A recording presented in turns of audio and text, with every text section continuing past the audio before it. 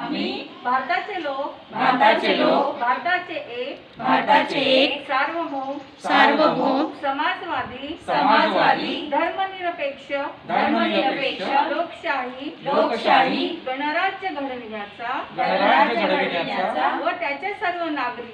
व त्याच्या सर्व नागरिकांस सामाजिक आर्थिक व राजनैतिक न्याय विचार अभिव्यक्ती विश्वास श्रद्धा व उपासना यांचे स्वातंत्र्य दर्जाची व संधीची समानता निश्चितपणे प्राप्त करून देण्याचा आणि त्या सर्वांमध्ये व्यक्तीची प्रतिष्ठा व राष्ट्राची एकता आणि एकात्मता यांचे आश्वासन देणारी बंधुता प्रवर्धित करण्याचा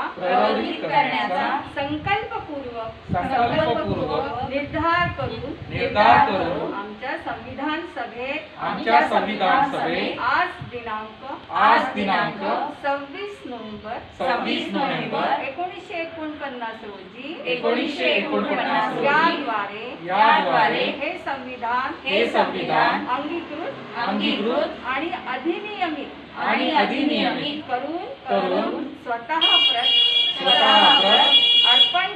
अर्पण करीत आहोत।